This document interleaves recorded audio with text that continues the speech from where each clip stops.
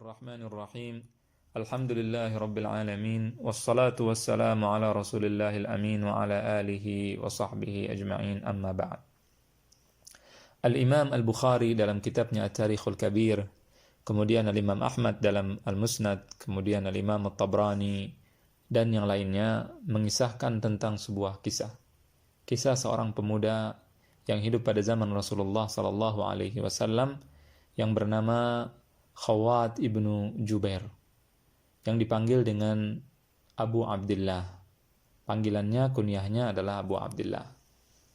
Beliau adalah sahabat Rasulullah sallallahu alaihi wasallam yang masih muda belia, dan pada saat itu dalam riwayat tersebut dikatakan bahwa ia sedang dalam perjalanan bersama Nabi sallallahu alaihi wasallam.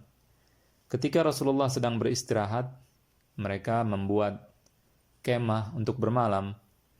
Kemudian kebetulan kemahnya Khawat ibnu Jubair atau Abu Abdullah, tokoh kita kali ini, sang pemuda tadi, kebetulan dekat dengan Nabi SAW, bersampingan dengan Nabi SAW.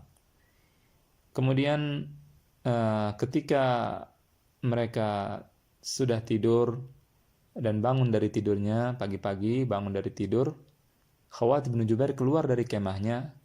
Begitu dia keluar dari kemahnya, dia melihat ada segerombolan wanita sedang ngobrol, sedang berbicara. Di sini begitu melihat kecantikan mereka, Khawat ibnu Jubair terkagum-kagum dengan mereka, dan ia masuk kembali ke dalam kemahnya.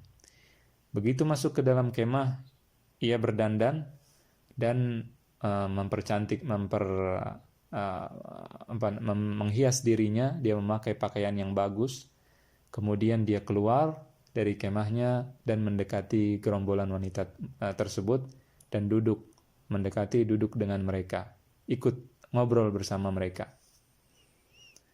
Ketika ia dalam keadaan seperti itu, keluarlah Rasulullah sallallahu alaihi wasallam dari dalam kemahnya, dan Rasulullah melihatnya. Begitu terlihat oleh Rasulullah bersabda kepadanya, mengatakan kepadanya, "Ya Aba Abdullah, ma yajlisuka ilaihin?" Wahai Abu Abdullah, kenapa engkau duduk bersama mereka? Tentunya itu sebuah kesalahan karena dia seorang laki-laki kemudian duduk bersama mereka, para wanita. Maka di sini ia mengatakan, qala fahibtu Rasulullah sallallahu alaihi wasallam wa ikhtalat. Di sini aku takut kepada Rasul sallallahu alaihi wasallam dan aku panik tidak tahu aku harus berbuat apa. Karena ia melakukan kesalahan. Maka kemudian dia mengatakan, untuk membela diri dia mengatakan, qala ya Rasulullah, jamalun liya syarud. Ya Rasulullah, untaku kabur, untaku terlepas. Fa ana abtaghi lahu qaidan, maka aku mencari ikatan untuk mengikatnya. Kemudian Rasulullah pergi meninggalkannya. Dan kemudian mereka pulang ke Madinah, pulang ke Madinah, mereka dalam perjalanan dan akan pulang ke Madinatul Nabi sallallahu alaihi wasallam. Di tengah perjalanan Rasulullah melihat Abu Abdullah, melihat sahabat sang pemuda tersebut. Kemudian Rasulullah menegurnya, "Ya Aba Abdullah." Rasulullah menegurnya, "Wahai Abu Abdullah, ma fa'ala syaradu jamalik? Ma fa'ala syaradu jamalik?" Apa yang terjadi dengan untamu, wahai Abu Abdullah? Rasulullah tentunya tahu bahwa tidak ada unta yang terlepas, tidak ada unta yang kabur. Tapi Rasulullah sallallahu alaihi wasallam tidak mengatakan apa-apa, hanya menyebutkan hal tersebut saja. Maka di sini ia pun merasa malu, dan dia merasa bahwa Rasulullah mengerti dan faham bahwa apa yang terjadi Rasulullah paham. Maka di sini ia malu dan ingin pergi, ingin ngumpet dari Nabi sallallahu alaihi wasallam. Ingin tidak terlihat dari Rasulullah SAW supaya tidak ditanyakan terus. Dia malu kepada Rasulullah SAW. Maka ia mengatakan, fata'ajjaltu ilal Madinah. Aku pergi mendahului Nabi ke Madinah. Aku pergi lebih dahulu ke Madinah supaya tidak terlihat oleh Nabi SAW lagi. Ketika sampai di Madinah, aku tidak sholat di masjid. Aku meninggalkan sholat di masjid. Aku tidak ke masjid beberapa waktu lamanya. Sampai akhirnya aku merasa rindu dengan masjid, aku merasa rindu dengan Masjid Nabawi, aku pengen ke masjid, aku pengen sholat. Di sini ia mengatakan, aku akan sholat ke masjid, tapi di waktu yang tidak ada Rasul di dalamnya. Maka dia mencari waktu yang tidak, yang dia mengira bahwa Rasulullah tidak ada di situ, di masjid tersebut, dan dia bergegas ke masjid, dan niatnya hanya ingin melakukan 2 sholat yang ringan, 2 sholat yang cepat. Kemudian dia keluar dari masjid, sekedar hanya untuk mengobati rasa rindunya sholat di masjid Nabi Shallallahu Alaihi Wasallam. Kemudian ketika dia sedang sholat, karena rumah Nabi dan kamar Nabi itu di samping Masjid Nabawi, maka Rasulullah melihat ada orang yang sholat, kebetulan melihat ada orang yang sholat, maka Rasulullah masuk ke dalam masjid dan sholat 2 rakaat yang ringan, dan kemudian beliau salam. Karena melihat sang pemuda tadi sholat, Rasulullah ingin berbicara dengannya. Namun sang pemuda tahu bahwa Nabi menunggu dia dan dia memanjangkan sholatnya. Dia sengaja perpanjang sholatnya dengan tujuan supaya Rasulullah Shallallahu Alaihi Wasallam pergi dan tidak menegurnya dan tidak bertemu dengannya dan tidak berbicara dengannya. Maka di sini Rasulullah paham maksud sang pemuda, maksud Abu Abdullah memanjangkan sholat. Maka Rasulullah bersabda, faqala tawwil Aba Abdullah ma syi'it. Wahai Abu Abdullah, perpanjanglah salatmu, terserah engkau. Semaumu, perpanjang salatmu semaumu. Falastu abrah hatta tansarif. Maka aku tidak akan meninggalkan tempat ini sampai engkau selesai salat. Di sini ia merasa malu kepada Nabi Shallallahu Alaihi Wasallam dan kemudian dia salam dari salatnya. Setelah selesai salat, dia pun mengatakan, aku harus meminta maaf kepada Rasulullah Sallallahu Alaihi Wasallam.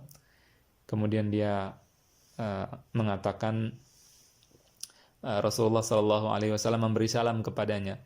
Assalamu alayka ya Aba Abdullah, ma fa'ala syaradu jamalik. Wahai Abu Abdullah, Assalamualaikum. Apa kabar wahai Abu Abdullah? Bagaimana keadaan untamu yang kabur, yang lepas tersebut? Maka dia mengatakan, Qultu walladhi ba'athaka bilhaq, ma syarada dhalikal jamal mundu aslamt. Aku bersumpah demi zat yang mengutusmu dengan kebenaran, bahwa tidak pernah ada unta yang terlepas semenjak aku masuk Islam. Hanya perkataan ini yang ia katakan. Kemudian ia berhenti. Di sini Rasulullah memegangnya, kemudian mendoakannya. Rasulullah mengatakan, Rahimakallah, rahimakallah, rahimakallah. Allah merahmatimu, Allah merahmatimu, Allah merahmatimu. Kemudian Rasulullah meninggalkannya.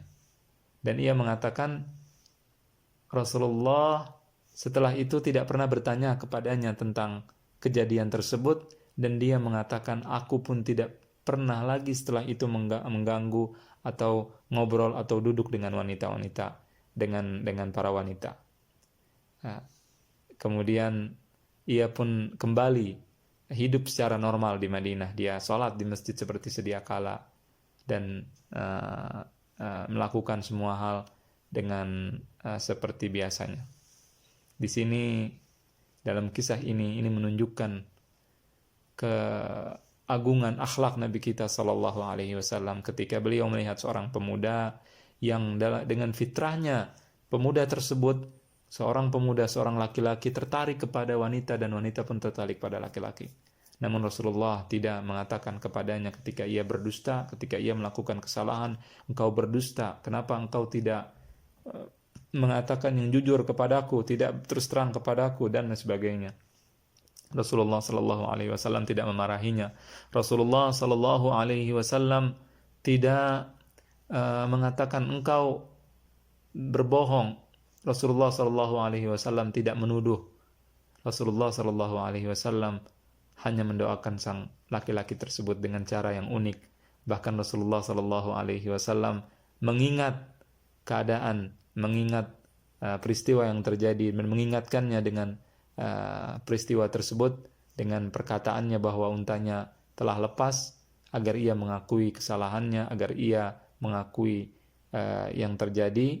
Namun Rasulullah tidak menyinggungnya dan tidak mengatakan dengan terus terang. Rasulullah tidak menuduhnya melakukan apapun. Rasulullah Shallallahu Alaihi Wasallam tidak mengatakan perkataan yang jelek. Rasulullah Shallallahu Alaihi Wasallam mengobati masalah yang terjadi dengan penuh akhlak, dengan penuh kemuliaan. Itu adalah Nabi kita Muhammad Shallallahu Alaihi Wasallam. Jangan lupa untuk banyak bersalawat kepada Nabi kita Shallallahu Alaihi Wasallam, dan juga jangan lupa untuk menjadikan beliau sebagai suri tauladan kita. Mudah-mudahan apa yang saya sampaikan bermanfaat dan bisa menjadikan kita mengikuti akhlak beliau dan mencintai beliau serta membaca sirah beliau alaihi salatu wassalam. Demikian, wassallallahu wasallam wa baraka ala nabiyina Muhammad wa ala alihi wa sahbihi ajma'in. Wassalamualaikum warahmatullahi wabarakatuh.